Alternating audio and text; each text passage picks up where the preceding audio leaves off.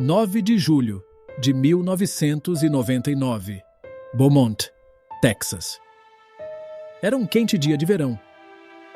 E Kim, de 34 anos, planejava passar a noite em um restaurante com Ken, seu noivo, e sua filha Tiffany, que na época tinha 15 anos. Naquele dia, seu expediente terminaria por volta das 17 horas. Depois ela iria para casa e, em seguida, para o restaurante. Por volta das 17h15, Kim ligou para Tiffany para contar sobre os planos. Ela também mencionou que tinha algumas coisas para resolver antes de ir para casa e que poderia se atrasar um pouco.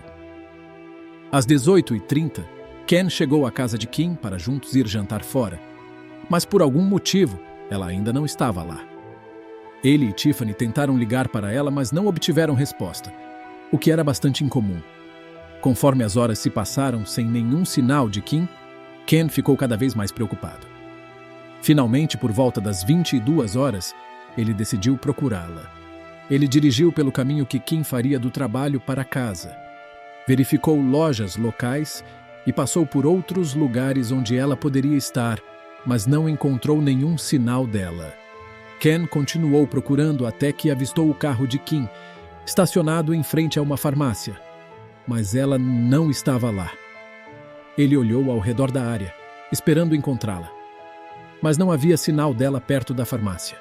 A princípio, Ken pensou que talvez ela tivesse mudado de ideia sobre o jantar e ido para outro lugar. Passou pela sua cabeça que ela poderia ter saído com um amigo e decidido deixar o carro ali, embora isso não fizesse muito sentido para ele. Ainda assim, ele se convenceu de que provavelmente estava tudo bem e voltou para casa. Na manhã seguinte, Ken dirigiu de volta até a farmácia e viu que o carro de Kim ainda estava no estacionamento. Ela também não tinha voltado para casa durante a noite, nem entrado em contato com ninguém. Naquele momento, sua preocupação se transformou em medo. Percebendo que algo estava realmente errado, Ken decidiu chamar a polícia. Ao ouvir tudo isso, os policiais entraram imediatamente em ação. O primeiro passo foi examinar o carro de Kim. Não havia sinais de luta ou sangue dentro do veículo, mas encontraram algo inquietante. Seu celular tinha sido deixado para trás. E isto mudou radicalmente o rumo das investigações, pois abandonar o carro, o celular e deixar a sua filha de 15 anos sozinha toda a noite não fazia nenhum sentido. Bem-vindos a mais um caso. Meu nome é Eduardo e faço parte também da equipe dos canais Mistérios Resolvidos e Detetive Fred. Por isso peço que sigam também estes canais. O link está no primeiro comentário. Hoje estamos vendo o caso de Kim Langwell. Após o seu desaparecimento, todos se perguntavam: o que será que aconteceu com ela? Onde ela estaria? Mas, antes de responder estas perguntas, vamos conhecer um pouco mais de Kim. Kim Langwell nasceu em 24 de dezembro de 1965, em Houston, Texas. Ela cresceu lá com seus pais e sua irmã, cercada de amigos, e era conhecida por sua determinação desde jovem. Aos 17 anos, Kim se casou. E aos 18 anos, Kim deu à luz a sua filha, Tiffany. Porém, pouco depois, o pai de Tiffany as abandonou, deixando Kim para criar a filha sozinha. E nunca mais sequer teve contato com sua filha. Buscando um recomeço e uma vida estável para si e Tiffany, ela se mudou para uma cidade chamada Beaumont. No início, não foi fácil. Kim, muitas vezes, teve que conciliar 3 empregos ao mesmo tempo para conseguir pagar as contas, mas eventualmente conseguiu um bom cargo em uma refinaria de petróleo local, o que lhe deu mais tempo para se dedicar à filha. Após uns anos de estar solteira, conheceu Terry Rose, com o qual teve uma relação de 7 anos. Porém, no fim de 1998, eles acabaram separando-se pelas constantes brigas pelos ciúmes de Terry. 3 meses após a separação, conheceu um colega de trabalho chamado Ken. Os dois começaram a namorar e pouco depois ficaram noivos, animados para planejar o futuro juntos. Retornando ao 10 de julho de 1999, um dia após o desaparecimento de Kim. Os detetives decidiram entrar em contato com a filha para saber se ela tinha alguma informação sobre a sua mãe desaparecida. Tiffany foi a última pessoa a conversar com Kim. Tiffany explicou que depois do trabalho, sua mãe planejava passar na casa de um homem chamado Terry, com quem ela teve um relacionamento por 7 anos.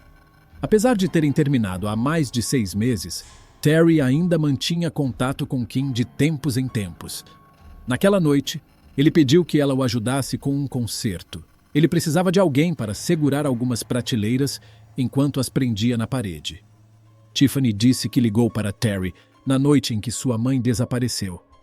Mas ele afirmou que Kim só ficou lá por alguns minutos e depois foi embora. Quando a polícia conversou com os amigos de Kim, descobriram que seu relacionamento com Terry estava longe de ser tranquilo. No início, quando Kim começou a namorá-lo, seus amigos achavam que ele parecia um cara decente, mas essa impressão não durou muito. Com o tempo, o comportamento de Terry se tornou mais agressivo e controlador.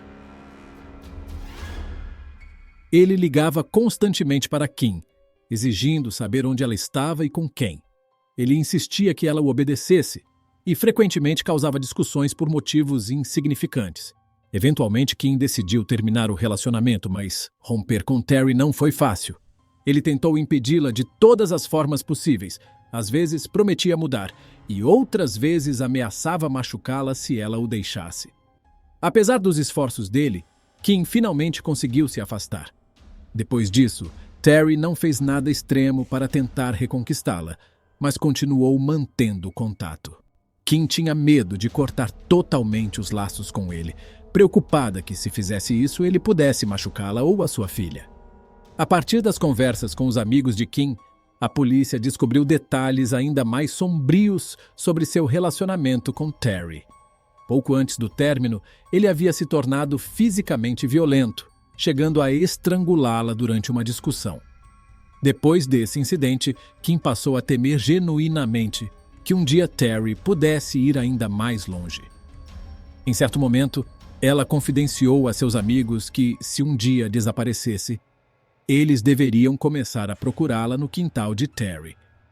Todas essas informações, somadas ao fato de que Kim havia visitado Terry pouco antes de desaparecer, fizeram com que os investigadores o considerassem um suspeito sério. Mas quando interrogaram Terry, ele negou qualquer envolvimento no desaparecimento dela. Ele disse à polícia que Kim só ficou em sua casa por alguns minutos para ajudá-lo com as prateleiras e depois foi embora. Terry também alegou que, cerca de 4 horas depois da visita de Kim, ele foi a um bar local e passou o resto da noite lá. Isso significava que Terry não tinha um álibi para o horário em que Kim desapareceu. E sua motivação parecia clara.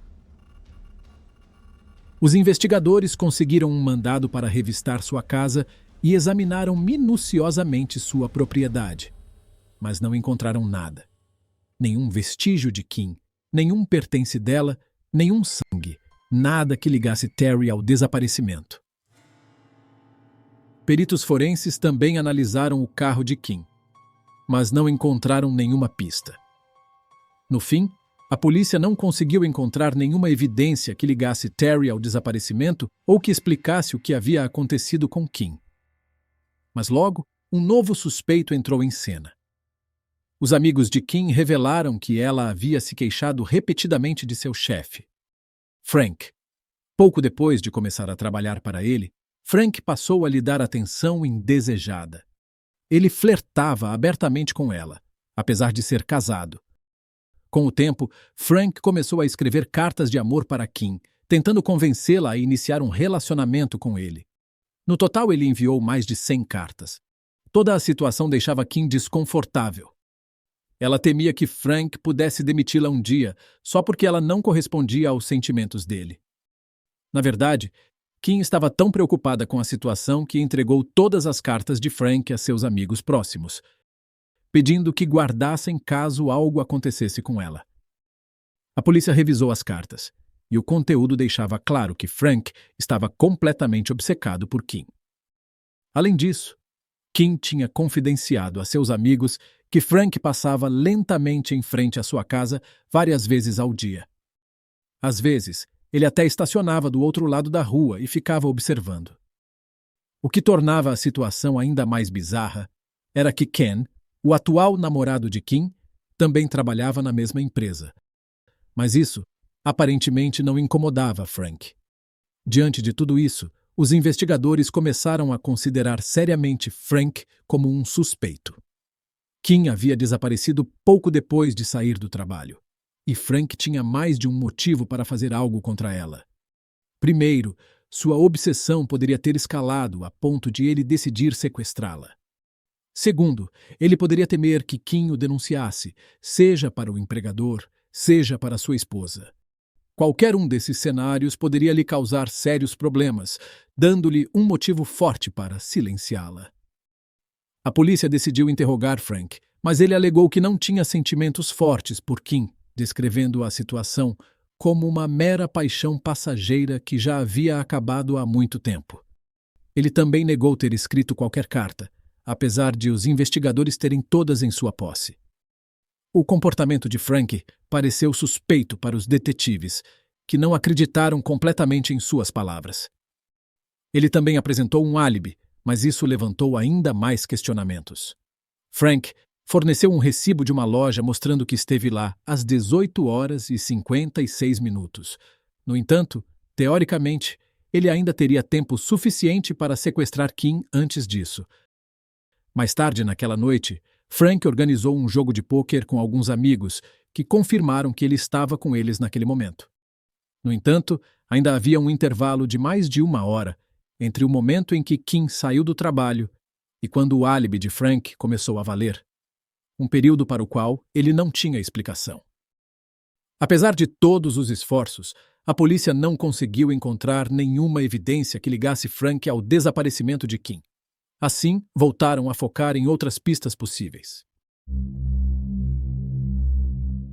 Os investigadores tentaram localizar imagens de câmeras de segurança ao longo do trajeto de Kim, desde sua casa até a casa de Terry, e depois até o estacionamento onde seu carro foi encontrado. Mas essa tentativa não levou a nenhum resultado. Eles também analisaram os registros telefônicos de Kim e descobriram que sua última ligação tinha sido para sua filha, sem nenhuma atividade posterior. Os detetives então intensificaram os esforços de busca, vasculhando a cidade e seus arredores. Voluntários se juntaram às buscas e a polícia fez um apelo público, pedindo que qualquer pessoa com informações se manifestasse. No entanto, apesar de todo o empenho, nenhum avanço foi feito. Ao mesmo tempo, começaram a surgir mais relatos sobre o comportamento estranho de Terry. Poucos dias após o desaparecimento de Kim, sua irmã decidiu confrontá-lo em sua casa, pois ela e o restante da família de Kim o consideravam o principal suspeito. No entanto, Terry não demonstrou nenhuma preocupação com o destino de Kim. Pelo contrário, ele chegou a zombar dos parentes dela, mostrando total indiferença em relação ao caso. Outra observação interessante veio dos funcionários de Terry. Ele era dono de um pequeno negócio e seu escritório ficava em sua propriedade, então seus empregados frequentemente passavam por lá. Um deles relatou que, no dia em que Kim desapareceu, chegou à casa de Terry por volta das 17h50 e viu o carro de Kim estacionado do lado de fora. No entanto, ele não a viu pessoalmente. Considerando que Kim havia saído do trabalho por volta das 17h15, isso levantou sérias dúvidas. Terry havia afirmado que ela ficou lá apenas por alguns minutos, mas o relato de seu funcionário claramente contradizia essa versão. Pouco tempo depois, a polícia recebeu uma nova pista.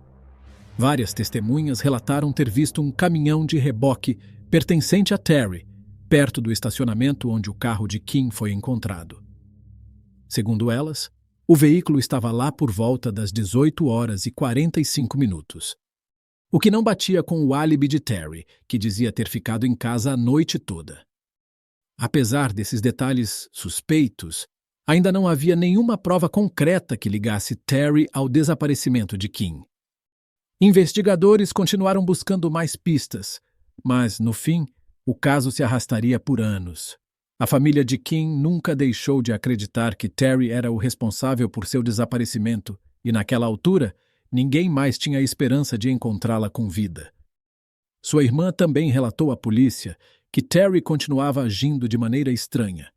Em certo momento, ele ligou para eles e disse que planejava fazer um teste do polígrafo para limpar seu nome, mas acrescentou casualmente que provavelmente falharia.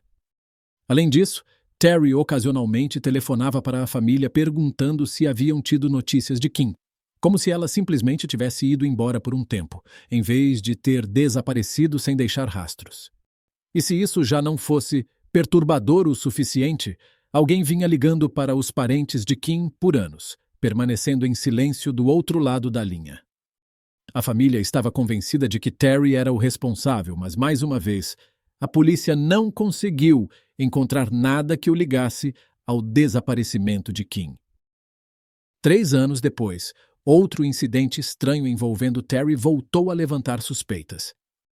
Ele abordou Tiffany na rua e começou a perguntar se ela havia tido notícias de sua mãe. A irmã de Kim interveio e mandou que ele fosse embora. Em resposta, Terry disse algo como: "Você não está curiosa para saber qual pergunta do polígrafo eu falhei? Foi a que perguntaram se eu matei a Kim." A família de Kim imediatamente contatou a polícia novamente, mas a resposta foi a mesma. Sem provas concretas, não podiam confirmar o envolvimento de Terry. A partir desse momento, o caso ficou completamente parado. 8 anos depois, os investigadores reabriram o caso e revisaram tudo desde o início, mas isso não levou a lugar nenhum. Naquela época, Terry havia parado de cooperar com as autoridades e se recusava a responder a qualquer outra pergunta. Isso se arrastou por muitos anos, até o início de 2024, quando a equipe do documentário Oxygen True Crime demonstrou interesse no caso de Kim. Eles decidiram criar um episódio sobre seu desaparecimento e lançaram sua própria investigação. Primeiro entrevistaram amigos e familiares de Kim antes de voltarem sua atenção para os 2 principais suspeitos, Frank e Terry. Frank concordou em responder a todas as perguntas, mas mesmo 25 anos após o desaparecimento de Kim, seu comportamento ainda parecia incomum. Ele continuava negando ter tido interesse romântico em Kim ou ter escrito cartas de amor para ela. Mais uma vez, insistiu que não teve nada a ver com seu desaparecimento. Sem muito progresso, a equipe mudou o foco para Terry. Ao contrário de Frank, Terry recusou-se a falar com eles, mas a equipe não desistiu e decidiu confrontá-lo pessoalmente. Quando chegaram à sua casa, Terry os viu pela janela e imediatamente correu para a porta dos fundos, aparentemente tentando fugir de carro. Infelizmente para ele, a equipe bloqueou seu caminho, deixando-o sem escolha a não ser responder às perguntas. Ele alegou que não os havia visto e que não estava tentando fugir, embora suas ações sugerissem o contrário. Terry então insistiu que não tinha motivo para machucar Kim, dizendo que não se incomodava nem um pouco com sua partida. Isso contradizia diretamente os depoimentos dos amigos e familiares de Kim, que haviam relatado ameaças e um comportamento errático por parte de Terry. As coisas tomaram um rumo ainda mais estranho quando Terry começou a se contradizer em relação às suas declarações originais. Inicialmente, ele disse à polícia que Kim havia passado em sua casa para ajudá-lo a instalar prateleiras. Agora, ele afirmava que ela apenas foi buscar o restante de seus pertences. Essa contradição chamou a atenção dos investigadores, levando-os a reabrir o caso. Depois que o documentário foi ao ar, os promotores decidiram dar um passo ousado. Prepararam-se para acusar Terry de assassinato, mesmo sem provas sólidas que o ligassem diretamente ao desaparecimento de Kim. A essa altura, quase ninguém duvidava do envolvimento dele. Os investigadores esperavam que, durante o julgamento, surgissem novas evidências ou que o júri considerasse o comportamento suspeito de Terry suficiente para condená-lo. No entanto, enquanto os promotores finalizavam o caso, algo inesperado aconteceu. Um novo testemunho veio à tona após a exibição do documentário, mudando tudo. Um indivíduo afirmou que, anos atrás, Terry havia confessado ter matado sua ex-namorada e enterrado o corpo em sua propriedade. Com essa informação, a polícia obteve um mandado para revistar a casa de Terry e chegou ao local acompanhada por uma equipe de peritos forenses. Durante dias, dezenas de pessoas vasculharam a área utilizando radares de alta precisão para detectar alterações no solo. E então, eles tiveram um avanço crucial. O radar revelou uma seção do piso de concreto sob o quarto de Terry que tinha aproximadamente o tamanho de um corpo humano.